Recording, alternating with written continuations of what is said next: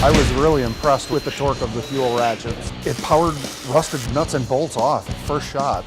The fuel ratchet has been a lot more responsive than the air ratchets and have about the same power, if not more. I like not tripping over an air hose when I'm working on a car. It just makes it a lot more efficient. The fuel ratchet seems very dependable.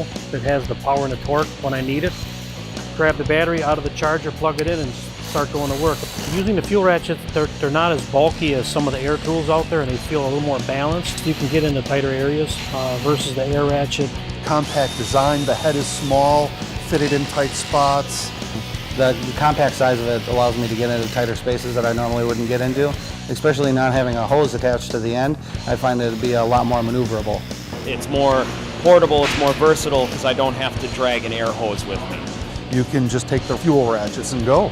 I feel that they're really meant for a professional use. They're durable, they're compact, they hold up well in this type of environment. I have been ridiculously impressed with the fuel ratchet's durability. The quality of the fuel ratchet tool seems to be geared more towards a professional. It holds up to lots of abuse.